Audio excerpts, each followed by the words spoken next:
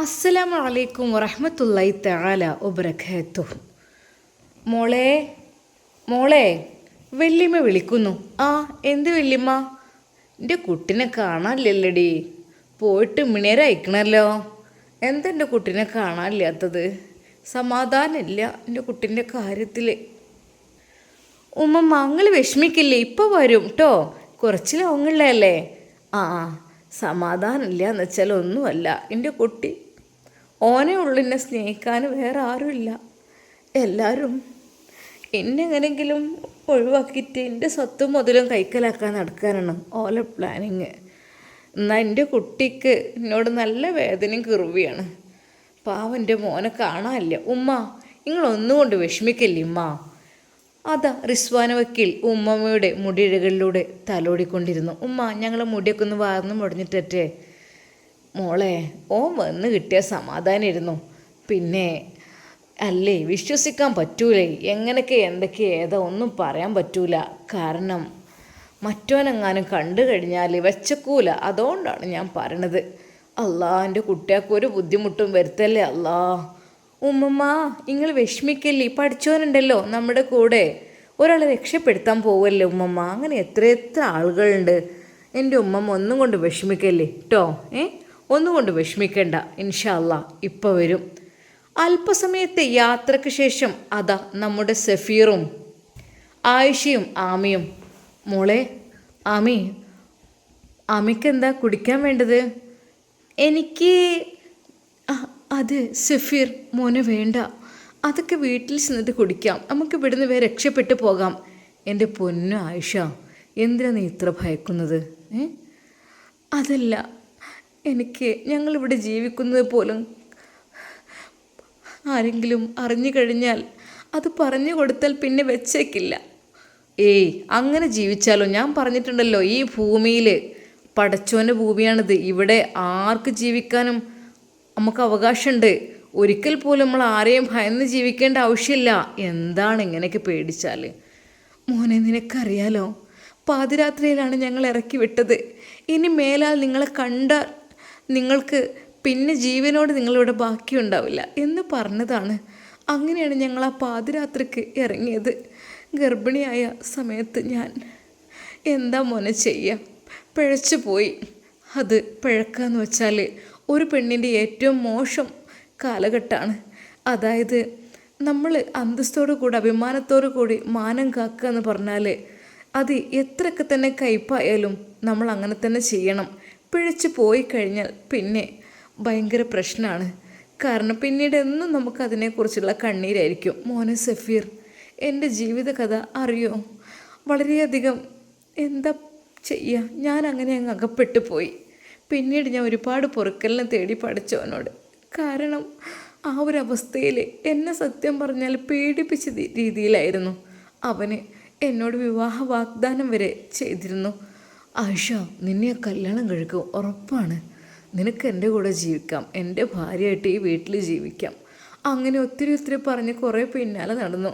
പക്ഷേ അതിനു മുമ്പ് എൻ്റെ ഒരു ആഗ്രഹം നീ സാധിപ്പിച്ചു തരണം. ഒന്നും വേണ്ട അങ്ങനെ എന്നെ പറഞ്ഞ് പറ്റിച്ച് എനിക്കറിയുന്നില്ല. എന്നാൽ ഞാൻ അതിനിടയ്ക്ക് ഗർഭിണിയാവുകയും നിങ്ങളുടെ ഉമ്മ എന്നെയും എൻ്റെ ഉമ്മയെ ഇറക്കി വിടുകയും ചെയ്തു.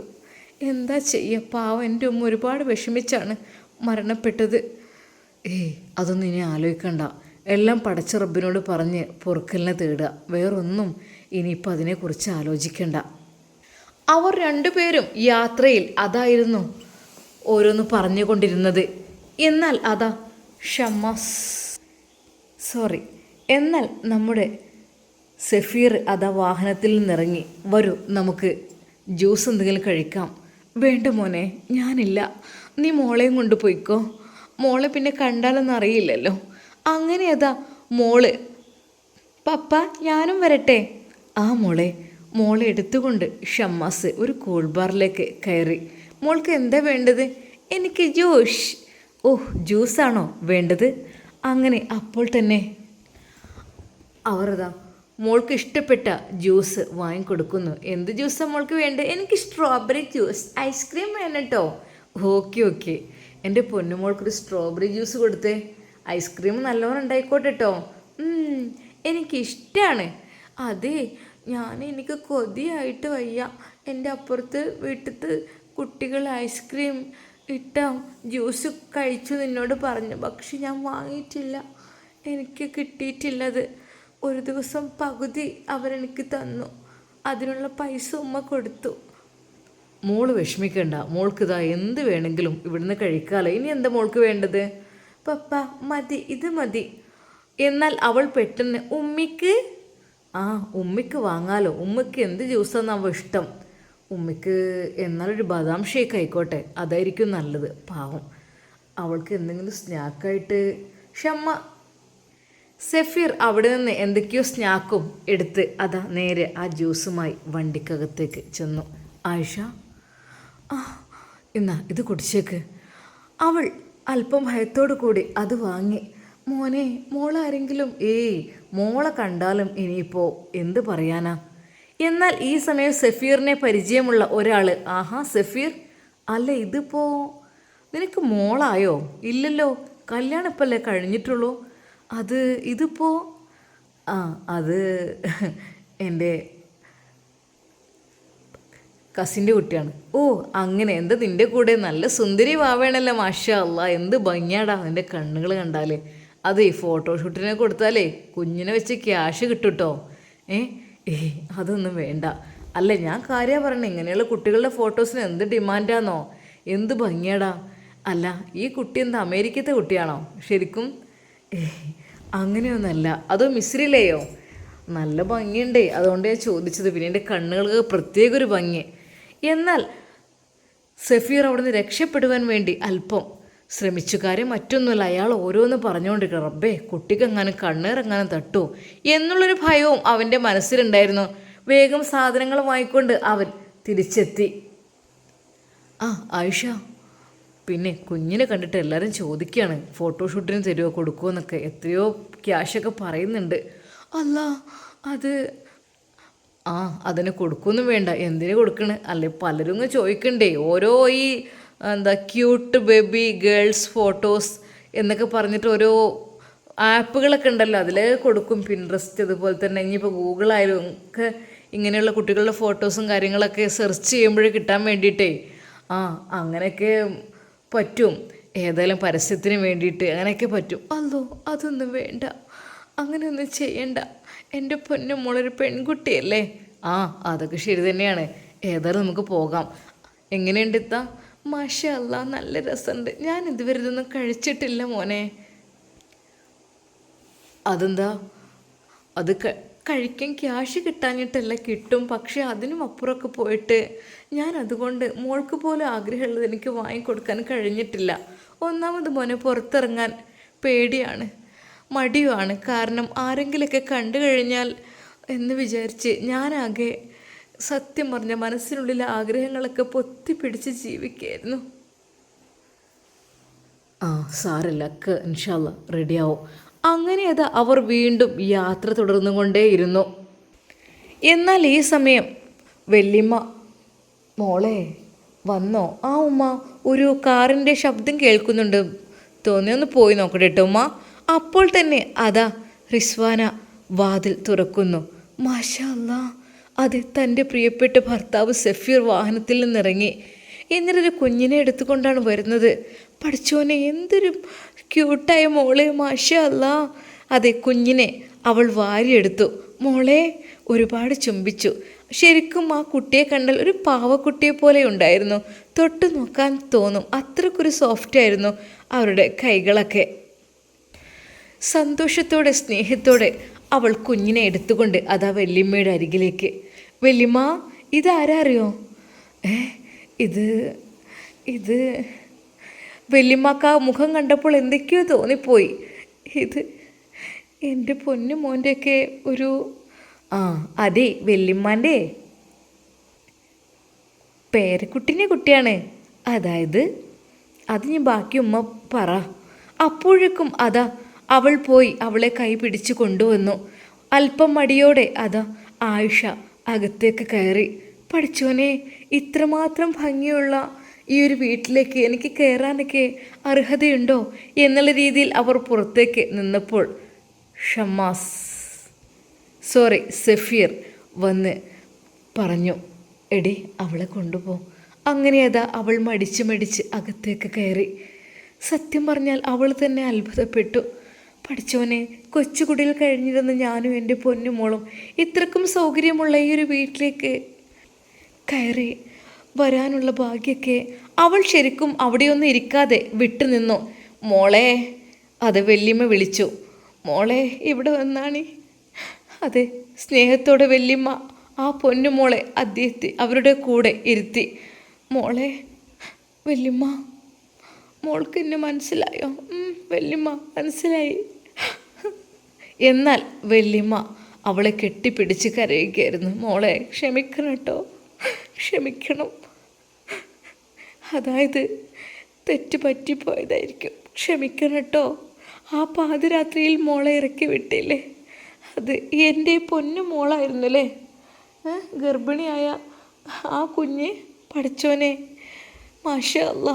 ശരിക്കും വല്യമ്മ അതാ അവർ രണ്ടുപേരെയും നെഞ്ചോട് ചേർത്ത് കരയുകയാണ് ചെയ്യുന്നത്. പൊന്നുമക്കളെ ക്ഷമിക്കട്ടോ, വിവരക്കേട് കൊണ്ട് ഓരോന്ന് കാട്ടിക്കൂട്ടിയതായിരിക്കും, ക്ഷമിക്കണം കേട്ടോ. വല്യമ്മ ഒരുപാട് സമയം മാപ്പ് ചോദിച്ചു. മോളെ, ഞാനൊന്നും അറിഞ്ഞില്ല മോളെ. ഉമ്മ, അതൊക്കെ കഴിഞ്ഞു പോയില്ലേ, ഇനി അതിനെക്കുറിച്ചൊന്നും ഓർക്കണ്ട. അവൾ അങ്ങനെ പറഞ്ഞ് സമാധാനിപ്പിച്ചു. അപ്പോഴേക്കും റിസ്വാൻ വക്കീൽ അതാ അവർക്കുള്ള ഫുഡെല്ലാം തയ്യാറാക്കുന്ന തിരക്കിലായിരുന്നു. എന്നാൽ അവൾ പെട്ടെന്ന് അങ്ങോട്ട് ചെന്നു. ഇത്താ, വേണ്ട, സോറി, ഞാൻ ഇത്തെന്ന് വിളിച്ചത് ഒന്നുകൊണ്ടും അല്ല കേട്ടോ, നിങ്ങളെ ബഹുമാനിച്ച് വിളിച്ചതാണ് കേട്ടോ. എന്നേക്കാളൊക്കെ ഇളയതാണെന്നറിയാം, ക്ഷമിക്കണം.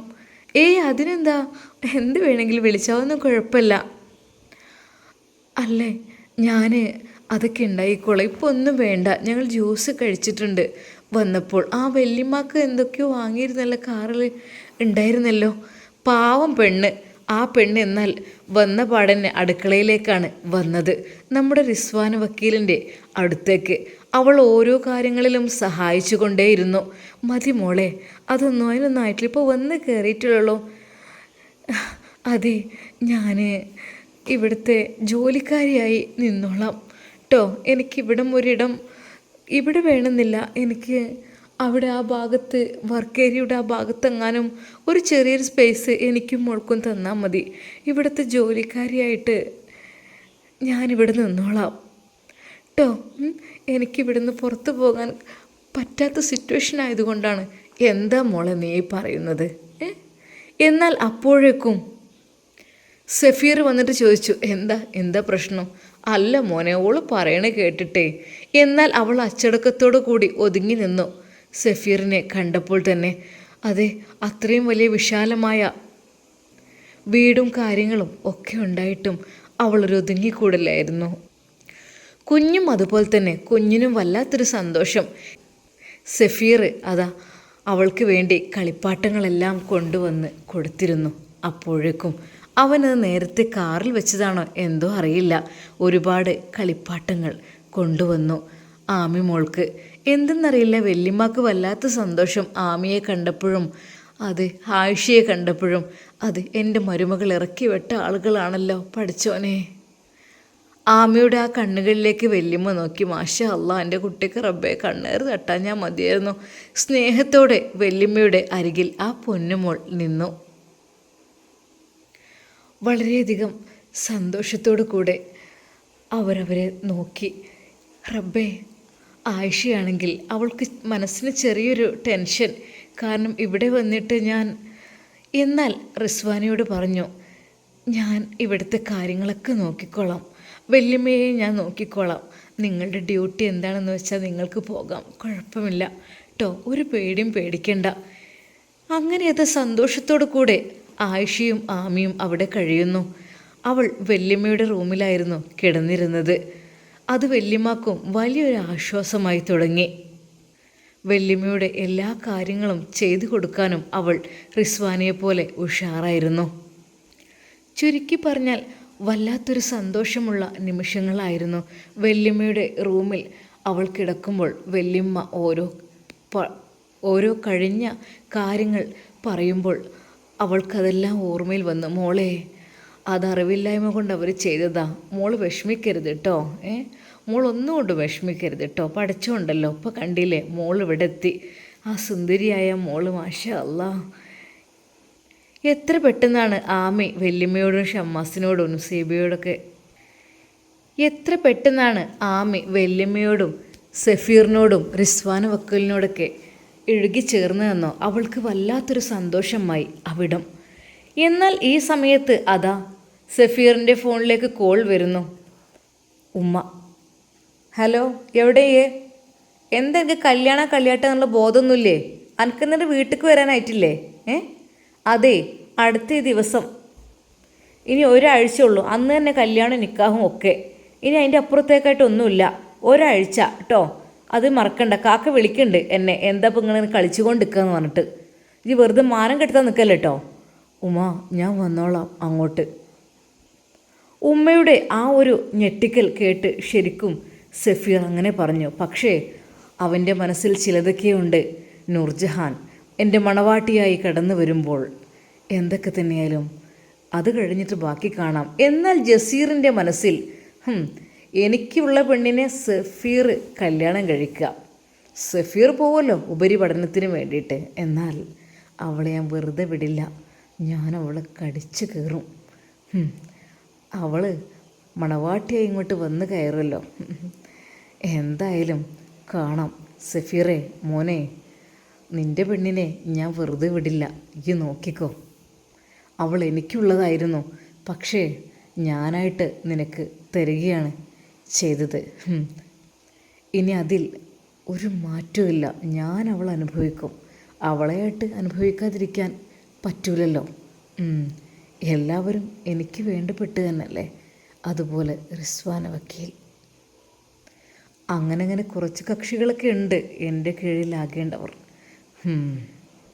അവൻ്റെ മനസ്സിൽ അതായിരുന്നു ചിന്ത. എന്നാൽ റിസ്വാന വക്കീലും വല്യമ്മയും ആയിഷയുമെല്ലാം എല്ലാവരും പ്രകൃതി രമണീയമായ സ്ഥലത്ത് അവർ ജീവിക്കുന്ന കാര്യം അവരാരും അറിഞ്ഞിട്ടില്ല. അതുകൊണ്ട് തന്നെ അല്പം ദൂരെയായിട്ടാണ് അവരുടെ ജീവിതമെങ്ങാനും ജസീർ അറിഞ്ഞു കഴിഞ്ഞാൽ ഒരു പക്ഷേ അവൻ അത് കുളം തോണ്ടും എന്നത് ഉറപ്പാണ്. അതുകൊണ്ട് തന്നെ നമ്മുടെ സഫീർ കുറച്ചകലെയായിക്കൊണ്ട് പെട്ടെന്നാരും എത്തിപ്പെടാത്ത സ്ഥലത്താണ് അങ്ങനെയൊരു വില്ല സെറ്റാക്കിയിട്ടുള്ളത്. എന്നാൽ സഫീറിൻ്റെ മനസ്സിൽ അടുത്താഴ്ച എൻ്റെ വിവാഹം, അതെ, നൂർജഹാനുമായുള്ള എൻ്റെ വിവാഹം, നിക്കാഹ് ചെറിയൊരു അഭിനയം, അത് കഴിഞ്ഞ് അവൾ എൻ്റെ മണിയറയിലേക്ക് കടന്നു വരും. ബാക്കി കാര്യങ്ങൾ അവളങ്ങ് ചെയ്തോളും. എന്തായാലും അവൻ്റെ മനസ്സിൽ നൂർജഹാനോടുള്ള ഒരു ബഹുമാനം കൂടി വന്നു. കാരണം അങ്ങനെ ഒരാളെങ്കിലും ധൈര്യമായി മുന്നോട്ട് വരണം. എല്ലാവരും ശിക്ഷിക്കപ്പെട്ട് കഴിഞ്ഞാൽ അവന് അതൊരു എളുപ്പമായി മാറും. അതെ, എല്ലാവരും പേടിച്ച് നിൽക്കാൻ പാടില്ല. ഒരു ധൈര്യമുള്ള പെണ്ണെങ്കിലും മുന്നോട്ട് വരണം എന്നത് എൻ്റെ ആഗ്രഹമാണ്. അവൻ്റെ മനസ്സിൽ പല പല ചിന്തകൾ വന്നു. അതിനിടയിൽ ആമി അതാ അവൻ്റെ അരികിലേക്ക് വന്നു. അവൻ്റെ കൈ പിടിച്ചുകൊണ്ട് അവൻ്റെ തോളിൽ കയറി ഒരുപാട് മുത്തങ്ങൾ നൽകി. ശരിക്കും അത് തൻ്റെ പൊന്നു മോളെപ്പോലെയാണ് അവന് തോന്നിയത്. അല്ലെങ്കിലും എൻ്റെ രക്തത്തിൽ പിറന്നു തന്നെയല്ലേ, എൻ്റെ ജ്യേഷ്ഠൻ്റെ അല്ലേ, അത് എൻ്റേതുപോലെ തന്നെയാണ്. ആമയുടെ ആ ഒരു കിളിക്കൊഞ്ചലും സംസാരവും ആ വീട്ടിൽ സമാധാനവും സന്തോഷവും ഉള്ളതാക്കി. എന്നാൽ അന്ന് രാത്രി റിസ്വാന വക്കീലിനോട് അവനെല്ലാം തുറന്നു പറഞ്ഞു. അതെ, അടുത്ത ആഴ്ചയാണ് എൻ്റെ നിക്കാഹ്. എന്നാൽ അത് കേട്ട റിസ്വാന ഒന്ന് ഞെട്ടിയെങ്കിലും ഞാൻ പേടിച്ചു പോയിട്ടോ. അല്ല, എന്തായി പുള്ളിക്കാരി അഭിനയിക്കോ? അഭിനയിക്കല്ല, യഥാർത്ഥത്തിൽ അങ്ങനെ തന്നെ വേണ്ടി വരുമല്ലോ. റിസ്വാന വക്കീൽ മുഖത്തേക്ക് നോക്കി. അതെ, ശരിക്കും അഭിനയം തന്നെയല്ലേ? അതെടി, നിക്കാഹ് എന്നുള്ള കർമ്മക്ക് അത് അവർ അങ്ങനെ അവിടെ പോയി ഞാൻ ചെയ്യാമെന്ന് പറഞ്ഞേക്കാണ്. പക്ഷേ നൂർജഹാന് പുളിക്കൽ തറവാട്ടിലേക്കൊന്ന് കയറണം, അത് അവളുടെ ആഗ്രഹമാണ്. പക്ഷേ എൻ്റെ ജ്യേഷ്ഠനുണ്ടല്ലോ ജസീർ, അവൻ ഏതാ കള്ളൻ, അവൻ കാത്തിരിക്കുന്നുണ്ടാവും. ഞാൻ ഇല്ലാത്ത സമയം ഉറപ്പാണ് അവളെ അവൻ നശിപ്പിക്കുന്നുള്ള കാര്യം എനിക്ക് 100% ഉറപ്പാണ്. പക്ഷേ നൂർജഹാൻ ആണത്തമുള്ള കുട്ടിയാണ്. അവൾ ആണുങ്ങളുടെ സ്വഭാവം പോലെയായിരിക്കും. നമുക്ക് നോക്കാം, കാത്തിരുന്ന് കാണാം. എന്നാൽ റിസ്വാന വക്കീൽ പറഞ്ഞു, ഇക്ക പ്രശ്നമൊന്നും ആവരുതേ. അല്ല, വല്യമ്മയും ഇവരെയും അവരെ മോളെ കൊണ്ടുപോകാം. അവർ രണ്ടുപേരെയും കൊണ്ടുപോയാൽ ഒരു പക്ഷെ അവർക്ക് സമാധാനമുണ്ടാവില്ല കേട്ടോ. ഇൻഷാ അല്ലാ. അവർ വിവാഹത്തിനുള്ള ഒരുക്കങ്ങളിലേക്ക് കടന്നു കഴിയുകയാണ്. എന്തൊക്കെ തന്നെയാലും നമ്മുടെ റിസ്വാന വക്കീലിനെ സഫീർ നെഞ്ചോട് ചേർത്തിട്ട് പറഞ്ഞു, എൻ്റെ പൊന്നു പെണ്ണേ, നിന്നെ ഞാൻ ഒരിക്കലും വിഷമിപ്പിക്കില്ല കേട്ടോ. അതൊക്കെ അങ്ങ് റെഡിയായി പോയിക്കോളും. ഏതായാലും പുളിക്കൽ തറവാട്ടിൽ ഭരണമൊന്ന് മാറ്റി പിടിക്കണം. അതിനു വേണ്ടിയിട്ടാണ് ഞാനും ആഗ്രഹിച്ചത്. ഇൻഷാ അല്ലാ. അവർ രണ്ടുപേരും അവരുടെ സന്തോഷകരമായ നിമിഷങ്ങളിലേക്ക് കടക്കുമ്പോൾ റിസ്വാന ചോദിച്ചു, അല്ലേക്ക പാവം ആയിഷല്ലേ, അവൾ ജീവിതമില്ലാതെ അങ്ങനെ കുഞ്ഞിനെ നോക്കി. അതേടി, പടച്ചോൻ ചില ആളുകൾക്ക് ചില അനുഗ്രഹങ്ങൾ അങ്ങനെ കൊടുക്കും, ചില ആളുകൾക്ക് അങ്ങനെ മറ്റു രീതിയിലും കൊടുക്കും എന്ന് കരുതിയിട്ട് നമ്മൾ എനിക്ക് അതൊക്കെ അറിയാം. ഇൻഷാ അല്ലാ. എന്തായാലും നമുക്ക് രണ്ടുപേർക്കും വിവാഹത്തിലൊക്കെ പങ്കെടുക്കണം കേട്ടോ. ഇൻഷാ അല്ലാ. അങ്ങനെ അടുത്ത ആഴ്ച നമ്മുടെ സഫീറിൻ്റെയും നൂർജഹാൻ്റെയും നിക്കാഹാണ്. എന്നാൽ അതിനെക്കുറിച്ച് ഓർക്കുമ്പോൾ നമ്മുടെ റിസ്വാനയുടെ മനസ്സിൻ്റെ ഉള്ളിൽ ഒരു തീയാണ്. പഠിച്ചോനെ, നീ കാത്തുരക്ഷിക്കല്ല. അവൾ ഹൃദയം പൊട്ടി പടച്ച റബ്ബിനോട് ദുആ ചെയ്തു. ഇൻഷാ അല്ലാ. ഇതിൻ്റെ ബാക്കി ഭാഗം നാളെ കാണാം. പ്രിയപ്പെട്ട കൂട്ടുകാരെ, പലയിടത്തും ഷമ്മാസ് നുസൈബ എന്നൊക്കെ വന്ന് പോയിട്ടുണ്ട് കേട്ടോ. നിങ്ങളോട് ഞാൻ ക്ഷമ ചോദിക്കുകയാണ്. കാരണം ഇതിപ്പോൾ സമയം ഞാൻ 10 മണി കഴിഞ്ഞിട്ടുണ്ട്. 10:15 സമയത്താണ് ഞാനിത് റെക്കോർഡ് ചെയ്തത്. അപ്പോൾ റെക്കോർഡ് ചെയ്ത സമയത്ത് നല്ലോണം ഉറക്കം വരുന്നുണ്ട്. പിന്നെ നമ്മളെപ്പോഴും പറയുന്ന ഷമ്മാസ് നുസൈബ എന്നുള്ള പേര് അതിങ്ങനെ അറിയാതെ സഫീറിന് പകരം വന്നും ചെയ്തിട്ടോ. അപ്പോൾ എൻ്റെ എല്ലാ പ്രിയപ്പെട്ട കൂട്ടുകാരോടും ക്ഷമ ചോദിക്കുകയാണ് ഞാൻ കേട്ടോ. അപ്പോൾ ഇൻഷാ അല്ലാ എല്ലാവർക്കും അസ്സലാമു അലൈക്കും വറഹ്മത്തുള്ളാഹി തആല വബറകാതുഹു.